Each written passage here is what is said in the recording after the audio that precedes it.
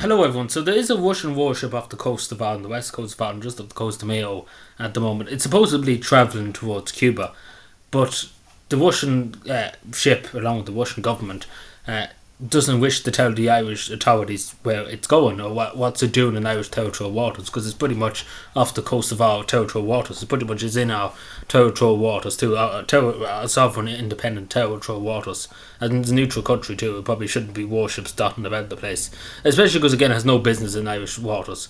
Regardless of what country, if it's Russian, if it's from Romania, wherever it's from, it has no business really here. It's not an Irish warship, it shouldn't be there. But again, it's the fact of the matter is, I don't think the Russians or any country would like if an Irish warship turned off its coast and they started to bob around in the sea. What I'm trying to say is here, unless you have business really in Irish territorial waters, it shouldn't be there. Now, obviously, they should be responding to the Irish authorities if they are transiting through. Just saying we're transiting through to Cuba. It's the fact of the matter they've been very quiet about this, and I would say, just point out what they're saying. This is a Soviet era, so a long time ago. This vessel's old, so it does have armament on it too. So it is classified, it's called a spy ship, but it would be classified as a warship in a way too.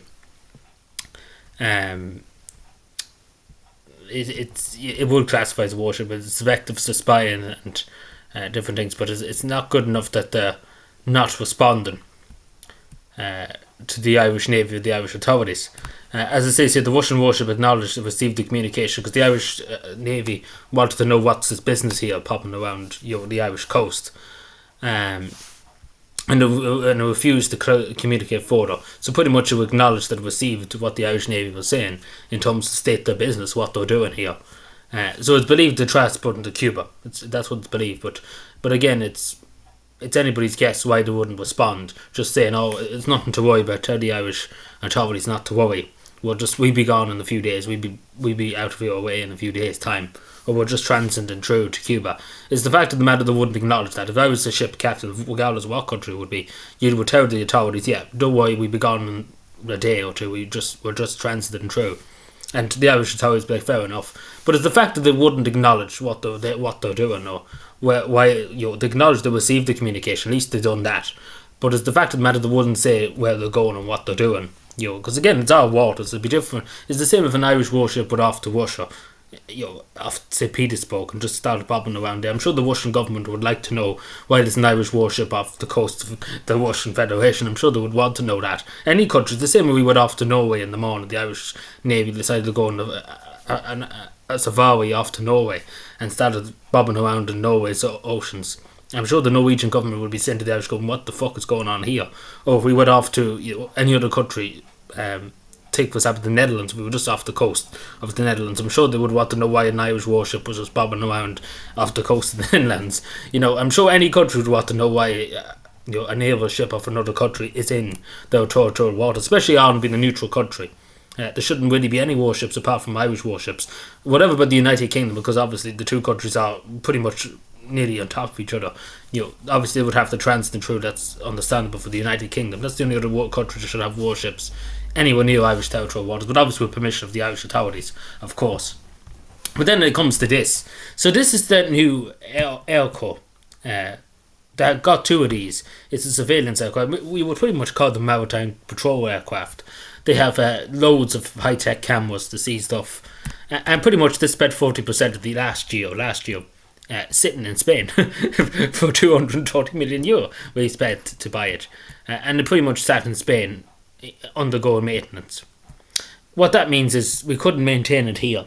You imagine that we can't maintain it in our own country, so we sent it off to Spain, and we left it there for 20 weeks. It's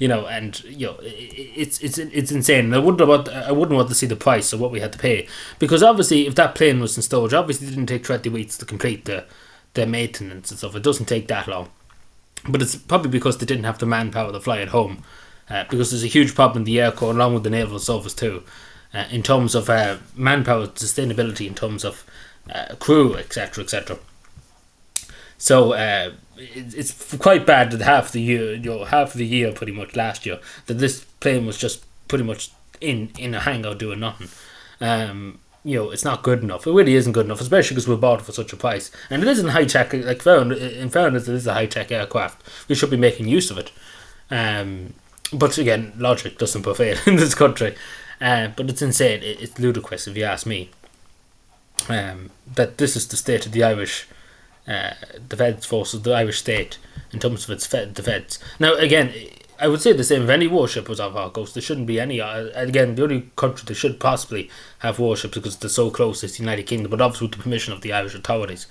And obviously, again, if the Irish authorities did, say to a ship, what's your business? It's the same if a fishing ship came in here. The Irish authorities have every right to stop the ship and ask what they're doing and to show them their documents and stuff. It's the same with even cargo ships. The Irish authorities have the right to stop any ship to ask them what they're doing in Irish waters. It's the same in any country. It's maritime law. You can stop whatever ship if you think they're acting suspicious, they could doing something they shouldn't be doing. You have every entitlement to stop and ask them for their documents or what they're doing or state their business.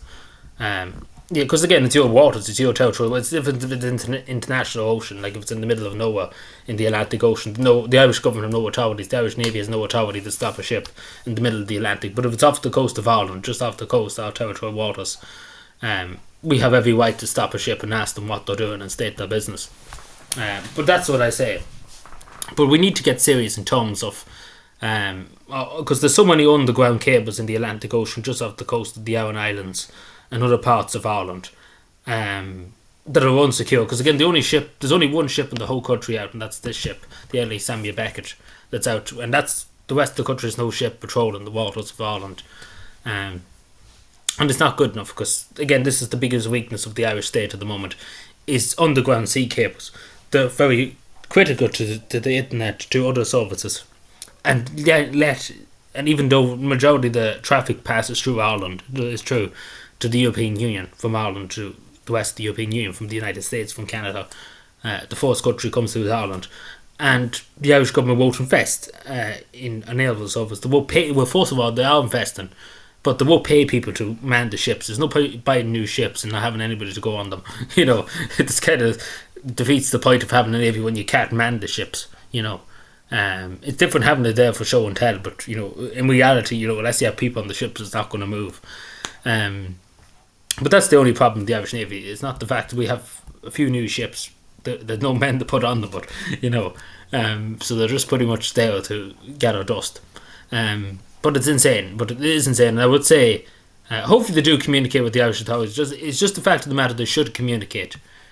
Regardless if it's Russia, regardless of who it is, they should. If the Irish authorities ask them to state their business, what they're doing here, they should respond. As simple as that, regardless. Because again, they're in our waters, there shouldn't be that. And as I say, if we went off in the morning off to St. Petersburg and started bobbing around in front of St. Petersburg, I'm sure the Russian government would be saying, "What is the Irish government doing, putting a warship just out off the coast of the Russian Federation?"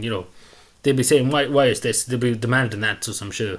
The same as we should be. Any sovereign country would ask, why is there a ship off our coast? Especially because it's Russia. It's not like it's beside us. It's not like the United Kingdom, take for example. It would be understandable if the United Kingdom warship was just bobbing around, because obviously it's right beside us. But it wouldn't make much sense if Brazil just sent 5 ships up our way. It wouldn't make any sense if that happened. But yeah, it just shows you the weakness of our patrol ships and our naval service, because it shouldn't be happening really in a way. But anyway, let me know what it takes. Subscribe more, and bye.